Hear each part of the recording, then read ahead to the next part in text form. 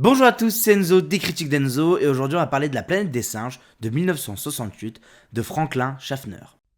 Je ne veux pas croire qu'il n'y ait pas dans l'univers quelque chose de mieux que nos bipèdes humains. Je veux trouver. C'est Charlton Heston qui parle.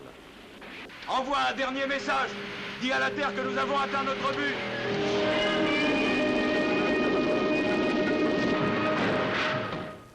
Le monde inconnu qu'il découvre dans l'espace défie tout ce que l'esprit peut concevoir. Une planète où les êtres supérieurs sont les singes. Effectivement, aujourd'hui on va parler du tout premier opus, tout premier film au cinéma qui parlait de La planète des singes. Ce livre, ce roman, cette nouvelle qui a été écrite, je sais pas trop comment on doit dire ça, ce roman, on va dire ça comme ça, de science-fiction qui a été écrit par un Français, bien sûr, qui a été adapté au cinéma en 1968 pour la première fois et qui a ensuite été réadapté de nombreuses fois, une fois par Tim Burton en 2001 et dernièrement avec cette trilogie qui va bientôt devenir une quadrilogie, je crois qu'on dit, sur La planète des singes, l'affrontement et tout ça. Enfin, vous connaissez, c'est les plus connus, c'est cette fameuse saga actuelle qui est la raison de pourquoi j'ai vu ce premier opus de La planète des singes. Je sais que ce film de 1968 est clairement le classique Planète des singes à voir, à connaître, à avoir vu, et bah, je comprends totalement. J'ai pris une certaine claque en voyant le film. C'est la première fois, c'est un de mes films anciens préférés, on va dire. Je regarde très très peu de films anciens. En dessous de 80, 90 même, j'ai envie de dire. C'est très très très très rare que j'accroche et que en plus de ça, j'en regarde tout court. Et là aujourd'hui, bah, entre Mad Max de 78, je crois, ou 79, et ici un film de 68, voilà, je suis dans le vieux pour moi. Mais je suis assez subjugué par ce que j'ai vu dans ce film. J'ai adoré du début à la fin. Ça a duré 2 heures. J'avais peur du fait que ça dure 2 heures. Et pourtant, c'était 2 heures de bonheur. J'ai adoré. Mais vraiment, j'ai mis 5 étoiles sur Letterboxd. J'ai trouvé ça quasi parfait. Avec un Charlton Heston parfait. Enfin, ce mec est incroyable. C'est un acteur incroyable. Je sais même pas, alors pour vous dire à quel point je ne connais très peu, que ce soit le réalisateur ou par exemple Charlton Heston, je sais même pas si à l'heure actuelle, je sais même pas si à l'heure actuelle, je fourche, si Charlton Heston est toujours en vie, je l'espère bien sûr, mais en tout cas, quel acteur de fou malade! Et quel film en fait. J'ai eu peur que ça soit le classique débat, le classique film où on nous dit on va remplacer les hommes par les animaux pour que quand on voit le film il y a un peu ce ressenti de regardez ce que ça fait d'être considéré comme un animal, comme ce qui se passe, comme on peut considérer les animaux à l'heure actuelle. C'est un peu le discours qu'approche la nouvelle saga. La nouvelle saga parle beaucoup de ça et représente plus, parle limite plus de cette situation d'avoir un singe comme animal de compagnie et tout ça. Parle beaucoup plus du traitement des animaux à l'heure actuelle que de ce que traite ce film. Et ce film, il traite pas de ça, il en traite, mais vite fait. Ce film, pour moi, c'est un film qui parle de la Shoah, qui parle de la ségrégation, qui parle de toutes ces périodes toute cette période malheureusement de l'espèce humaine où les hommes ont voulu prendre le contrôle sur des animaux, sur des espèces d'animaux précises ou voire sur d'autres humains. Et ça, c'est tout le problème. Et c'est tout ce qui est dit à la fin. Et pour moi, il le fait parfaitement. On le comprend du début à la fin que cette scène de chasse, on va clairement dire ça comme ça, cette scène de chasse faite par les singes envers les humains, et c'est là que se retrouvent nos trois protagonistes, qui sont des humains venus de la planète Terre, qui sont venus de la planète Terre et qui en gros font un bond dans le temps. Cette scène est spectaculaire. Je peux pas dire que cette scène est incroyable parce qu'elle est horrible. Et elle fait référence clairement à des scènes de chasse pendant la Shoah ou ces fameuses rafles. Clairement, je trouve que cette scène fait complètement référence à ça. Et c'est assez troublant. Parce que c'est horrible, c'est des gens qui sont prêts à sauter d'une falaise pour pas être chopés tellement ça leur fait peur, des gens qui se font tirer dessus, des gens qui sont pendus, des gens qui sont attrapés pour aller travailler ou pour devenir animaux de laboratoire, clairement. Et c'est clairement ce qui s'est passé pendant la Seconde Guerre mondiale. Là, ici, on l'a parce qu'il est emmené dans un laboratoire où les gens font des expériences dessus. Et c'est fascinant de voir à quel point... le film traite super bien de son sujet en fait. Et moi, c'est vraiment ce qui m'a vraiment subjugué. Et puis, il y a cette double dualité qui est pour moi hyper importante dans le film de ces deux scientifiques, on va dire, qui sont Cornelius et je n'ai plus le nom de la dame, c'est Zira, je crois, hein, Cornelius et Zira, qui veulent absolument aider Tyler. Qui pensent sincèrement qui sont clairement humanistes, ou en tout cas qui ont de l'humanité en eux, et qui se disent waouh, il est peut-être comme nous en fait, tiens, on va peut-être se renseigner, on va peut-être discuter avec lui pour comprendre d'où il vient, pour comprendre sa culture et essayer de l'aider. Et on va voir l'autre côté qui savent très bien la réalité des choses, qui savent très bien, qui viennent, que ce monsieur-là est un rare descendant de ce qui... la planète Terre était comme ça avant, ce qu'on apprend à la fin, je vous spoil quand même, on est sur un film de 68, mais on apprend à la fin du coup qu'il est sur la planète Terre depuis le début, juste il a fait un bond dans le temps, il a fait un voyage dans le temps clairement des milliers d'années, et en fait... les suprématies, la suprématie qui dirige toute cette organisation, tout ce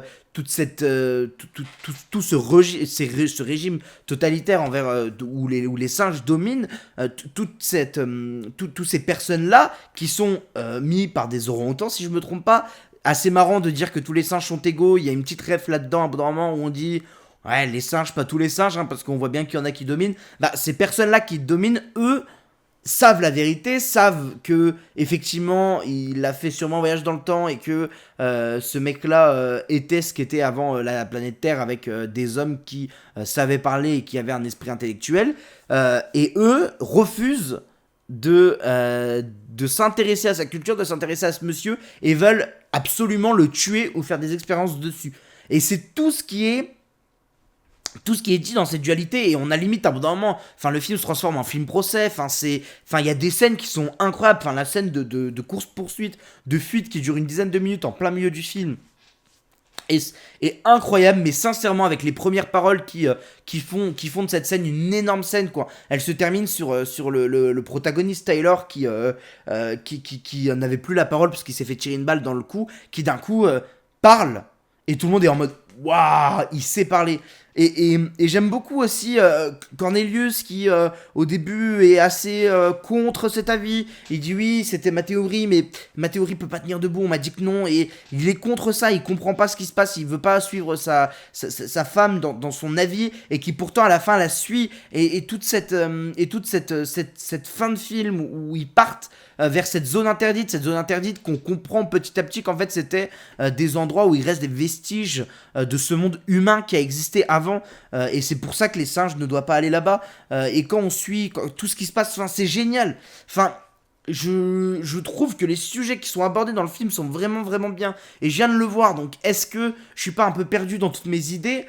Sûrement, mais je trouve que les sujets abordés sont d'une finesse et d'une facilité, pas d'une facilité, mais en tout cas on a l'impression que c'est si facile de les aborder, mais ils les abordent d'une finesse et d'une simplicité qui fait que tout le monde peut comprendre, et pourtant c'est si complexe comment c'est mis à l'écran et comment c'est expliqué, c'est génial.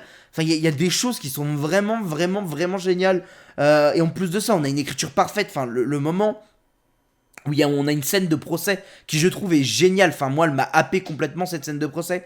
Cette scène de procès qui dure une 10-15 de minutes, c'est génial. Et en termes d'écriture, c'est si juste dans ce qui est dit, dans tout ce qui est dit, dans pourquoi on veut prouver qu'il est intelligemment qu'il est intelligemment inférieur aux singes. Tout est parfaitement bien établi, expliqué, et je trouve que ça rend vraiment ce film hyper intéressant. Et sincèrement, c'est une grosse claque que j'ai pris, parce que Il est touchant, il est compréhensible, et il y a le discours de fin, il y a ce discours de fin fait par une des personnes qui domine, encore un euro en temps, qui domine toute cette hiérarchie, en gros, on va dire, qui est dans la hiérarchie, qui dit clairement, qui fait lire un passage de leurs espèces de code civil, on va dire ça comme ça. Il fait lire, et le passage là dit qu'en gros les hommes, en gros de gros je résume, mais que les hommes sont capables ils veulent le pouvoir, peu importe comment l'obtenir, quitte à trahir leur frère, nanana, nanana. Et il y a tout un développement là-dessus, et c'est une phrase qui est dite comme ça à la fin. Et je trouve cette phrase géniale parce que elle représente parfaitement ce qu'a été l'humanité. Et en fait, cette phrase, elle est importante là-dessus. Parce qu'il dit les hommes veulent tous s'approprier, quitte à trahir leur propre frère. Et c'est totalement ce qui s'est toujours passé. En Amérique, c'est totalement ce qui s'est passé avec la ségrégation. Ils ont voulu s'approprier des territoires qui n'étaient pas forcément à eux, ou que d'autres avaient déjà. Et comment faire ça? En réduisant une population, une population à l'esclavage. Et c'est dramatique, et c'est vrai. Ce qui est dit à la fin par cet orang-outan, c'est vrai. C'est totalement vrai. Et c'est pour moi la réussite du film, c'est que ça aborde méga bien ce sujet-là, quoi. Et tout le sujet du film est génial, et cette fin... Bon, moi je connaissais le twist, donc forcément les faits étaient pas pareils, mais ce twist final est génial, et en termes de réalisation, parlons tout vite un peu de la réalisation, c'est magnifique. Enfin, les plans du début sur cette zone interdite qui est... Je l'ai marqué en plus, c'est marrant, je l'ai marqué, c'est désert... C'est vide, c'est filmé en gros plan pour qu'on ait vraiment cette impression d'immense étude, et c'est génial parce que c'est totalement ce qu'il fallait faire, et petit à petit, plus on avance, plus ils arrivent dans la jungle, plus on voit de la végétation, donc de la vie, et en fait plus on avance, plus les plans sont filmés en taille réelle, quoi. On passe d'énormes plans où on les voit marcher dans d'énormes décors qui sont juste magnifiques. Enfin, c'est filmé à une perfection, c'est magnifique, j'ai jamais vu ça. Et petit à petit, on se rapproche d'eux jusqu'à la rencontre avec les premiers humains non parlants. Les humains qui sont réduits un peu à cette population, à l'esclavage limite, et où il y a eu toute cette chasse, cette rafle, on peut clairement utiliser ce terme, des singes envers ces humains. Et c'est génial, c'est fou en termes de réalisation, c'est beau, les décors sont beaux, comme je l'ai dit, la scène d'action qui est au milieu où on l'attend pas est magnifique. Enfin non, c'est un grand film. Je suis content de l'avoir vu pour me préparer à la planète des singes. En plus, il y a 2 plans que j'ai retrouvés dans la bande-annonce qui sont dans la bande-annonce du prochain film que j'ai retrouvé là. On a le plan classique, il y a une référence... je pense que ça va être le film qui va être le plus référencé sur celui de 68, parce qu'en fait on a été à l'envers, quoi. On a été à l'envers par rapport à la première, je crois que c'est une trilogie, la première qui va dans le passé chez les humains. Si j'ai bien compris les synopsis que j'ai lus, là on a été avec cette trilogie et le prochain film qui arrive, cette saga là, on a été à l'envers en fait. On a commencé chez les humains et là on se retrouve des millénaires et des millénaires, j'abuse, des siècles et des siècles plus tard, et on va voir comment les humains vivent chez les chiens. Je suis très pressé de voir ça, je suis très pressé de voir comment ça va être écrit, et je pense, il y a 2 plans que j'ai vu, le plan de la tour de la Statue de la Liberté, et le plan d'une fille qui se fait choper par un singe en montant sur un tronc d'arbre, et c'est un plan que Charlton Heston fait un moment quand il se fait pendant la chasse, qui est vraiment, encore une fois, génial. Donc voilà, j'ai eu beaucoup de choses à dire sur ce film, j'ai vraiment beaucoup aimé, c'est un grand film et je suis content de l'avoir vu, et ça me donne encore plus envie d'aller vers des vieux films et des classiques que j'ai toujours eu peur. En plus de ça, le côté science-fiction est méga compréhensible dans le film, sincèrement j'ai eu peur de pas tout comprendre, c'est méga compréhensible, dès le début on comprend et on est happé dans le film, c'est génial, merci beaucoup, c'était trop bien. On se retrouve, vous avez vu hier la critique de Argo, et on se retrouve demain pour la critique de Fall Guys. On se retrouve après-demain pour la critique de Jusqu'au bout du monde de Viggo Mortensen. Et vendredi, la critique de Fiasco. Et samedi, normalement, la critique de Mad Max. 2 gros programmes cette semaine, donc soyez présents. Merci à vous d'avoir suivi cette vidéo. On se retrouve très prochainement. Je vous dis à la prochaine. Ciao, ciao. Bye.